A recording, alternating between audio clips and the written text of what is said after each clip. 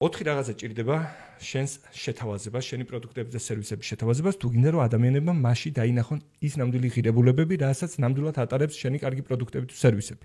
მაგალითად, ოღონდ პირველი უნდა იყოს ამ არც ისე მოკლე ვიდეოში მიხვდები იმას, რასაც შენი ცხოვრების შეცვლა შეუძლია. არა მარტო შენი ოჯახი, შენი შთამომავლობის, შენი მთელი დარჩენილი ცხოვრების მიმართულების შეცვლა შეუძლია, იმიტომ რომ არ ვაპირებ არაფერი მოგყიდო, ვაპირებ გაგიმხილო ის მთავარი მუღამები, რაც უნდა იცოდე თუ გინდა მეტის გამომუშავება.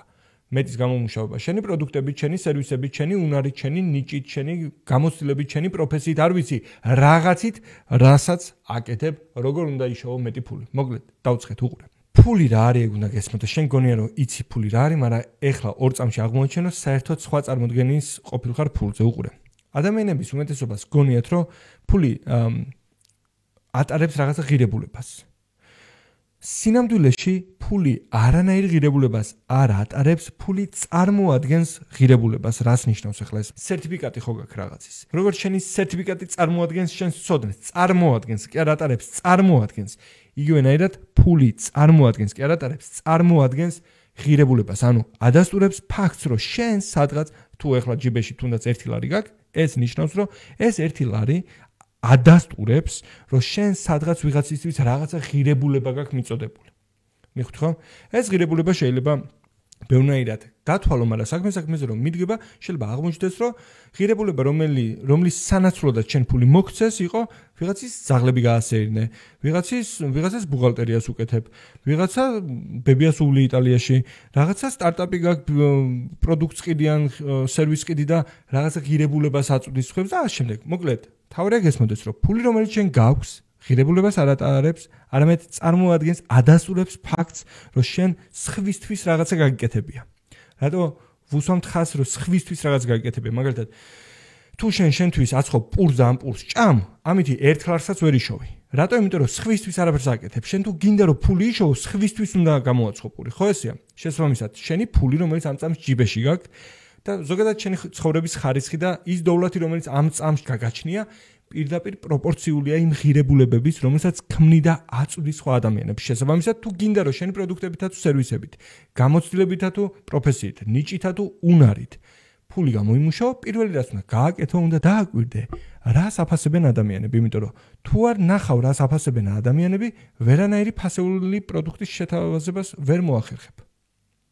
მას შემდეგ, როცა დააკვირდები და აღმოაჩენ, რას აფასებენ ადამიანები, უნდა დაჯდე და მოიფიქრო რაღაცა ფასეული პროდუქტიან, სერვისიან შეთავაზება. ან რაღაცა, რაც ამ ადამიანების ტრანსფორმაციას მოახერხებს. ეხლა ისეთ საინტერესო თემებზე ვბაზრობ, შენ წარმოდგენა არ გაქვს, უყურე. ნებისმიერი პროდუქტი ან სერვისი თავისი არსით არის ტრანსფორმაციული მოვლენა. წყალი, რომელსაც ყიდულობ, ტრანსფორმაციის შესაძლებლობაა, ხო ხვდები? ანუ წყალი იმიტომ იყიდე, რომ მოგწყურდეს, ანუ თუ წყურია, დალევ და აღარ გეწყურება.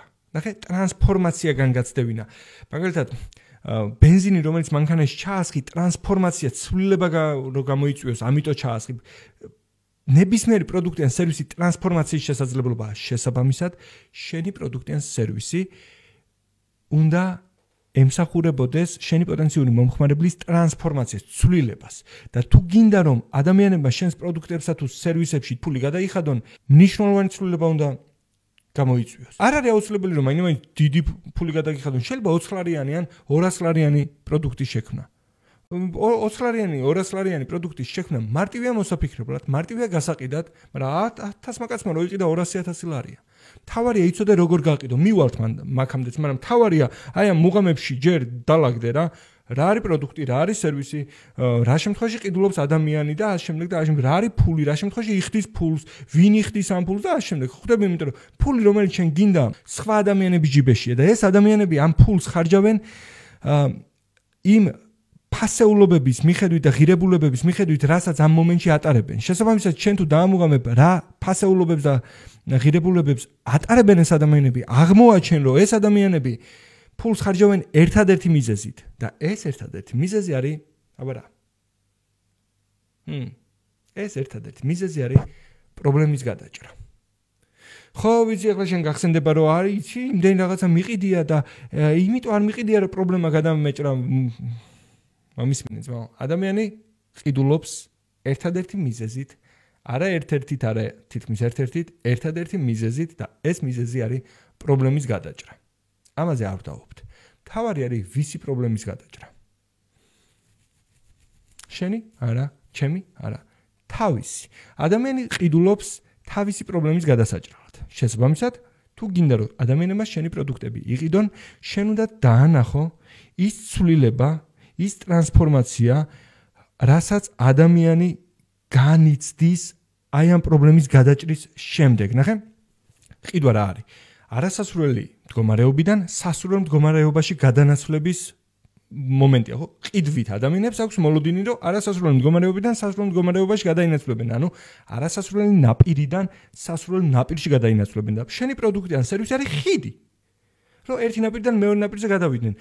ადამიანებმა იმდენად დიდი დრო დახარჯეს ამ პროდუქტების და სერვისების შექმნაში ხიდის მშენებლობაში, რომ ერთადერთი რაზეც ადამიანებს ელაპარაკებიან არის ხიდი და სინამდვილეში რაზეც ადამიანებს უნდა ელაპარაკებოდი არის არა ხიდი, არამედ ტრანსფორმაცია არასასურველი აწერტილიდან სასურველ ბეწერტილში გადანაცვლების შესახებ. რატო? იმიტომ რომ უყურე.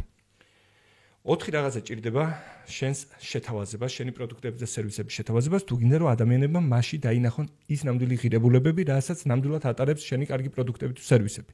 მაგალითად, უყურე. პირველი უნდა იყოს გაზომვადი. ადამიანები შენს პროდუქტებსა და სერვისებში იხდიან ფულს. ფული ხო გაზომვადი დათვლადი რესურსია. შესაბამისად, დათვლად რესურს არავინ გადაგიცვლის განუზომელ რაღაცა შედეგში. მიხდვა, მაგალითად. იხჩობი, კი არ იხჩობი, ღმერთს კარგად გამყოფოს, მაგრამ თქვა, იხჩობი უდაბნოში წყლულისგან. მოვედი მე და გეუბნები, რომ მე მაქვს საუკეთესო წყალი, ძალიან ცივი, კამკამა, სავსე ელექტროლიტებით, ესეთი, ისეთი, სუფთა ის და გეუბნები ფასს. კაი ფასია თუ არის. გააჩნია, რაც გააჩნია. რაოდენობას, წყლის რაოდენობას, რამდენს გაძლევ იქნება და ერთ წვეთს გაძლევ. ხო? ანუ თუ მე შენ უნდა გადამიხადო გაზომვადი რესურსი, ჩემგან მოცემული რესურსიც რაღაცით უნდა გავხადო გაზომვადი. ანუ როგორ უნდა გავხადო გაზომვადი არამატერიალური შედეგები, მაგალითად. კაი, წყალს გეტყვი ლიტრი, 2 ლიტრი, 3 ლიტრი გასაგები, მაგრამ როცა რაღაცას გთავაზობ, როგორ უნდა გავხადო გაზომვადი.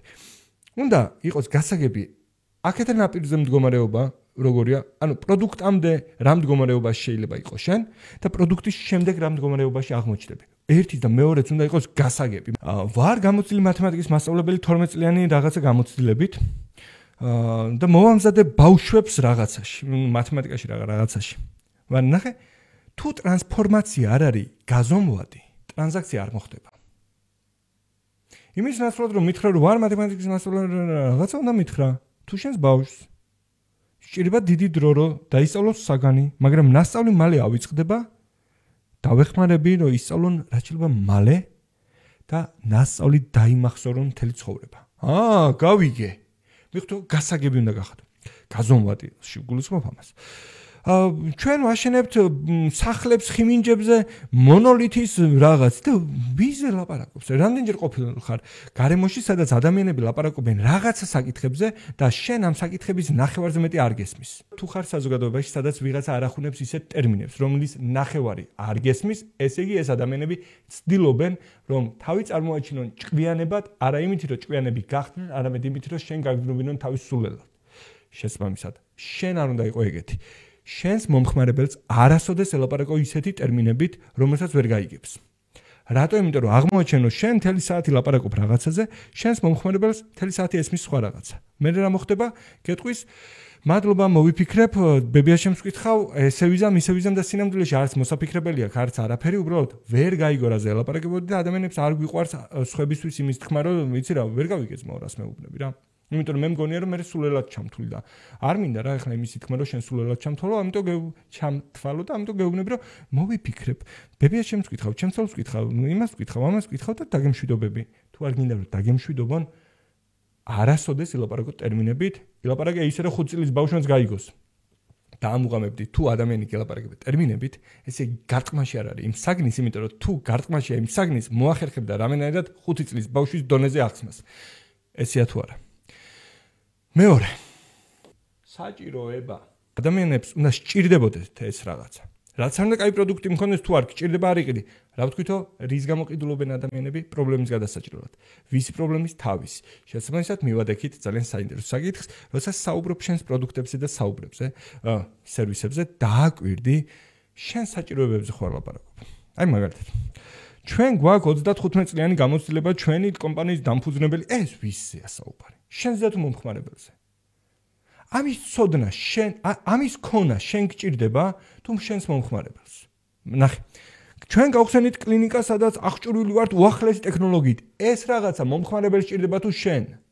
შენ გონია რომ მომხმარებელს ჭირდება, მომხმარებელს საერთოდ არ ჭირდება. შენ გჭირდება იმისთვის, რომ ის შედეგი დადო, რაც მომხმარებელს ჭირდება და რა არის ეგ შედეგი? შესაბამისად, შენი მთელი საუბარი უნდა გადააწყო მომხმარებლის საჭიროებებზე. მესამე. ადამიანები არ იყიდიან შენს შეთავაზებებს, თუ შენი შეთავაზება და ის შედეგი, რასაც პირდები, ის ტრანსფორმაცია, ის ცვლილება, ის მდგომარეობის შეცვლა, რასაც პირდები არ იქნება დამაჯერებელი. მაგალითად, ახლა უყურე ერთი საუკუნის წინ რო შენ შემოგეთავაზებინა ფრინავი ხალიჩი. ახლა დღეს რო შემომთავაზო, შეიძლება კიდე დაგიჯერო, მაგრამ ცოტა ხნის წინ რო შემოგეთავაზებინა, ხო დაუჯერებელი იყო. კი საჭიროა, კი გაზომვადი შედეგიც არის ხალიჩა, რომელიც არ დაფრინავს, შენ დადგები და გაფრინდები, ფეხით აღარ მოგიწევს, იფრენ, გავიგე, გაზომავ, რაღაცით გაზომავ. საჭიროებასაც დამანახებ, მაგრამ არადამაჯერებელი შეიძლება იყოს. მაგალითად, მეზარება მაგალითი. დამაჯერებელი უნდა იყოს.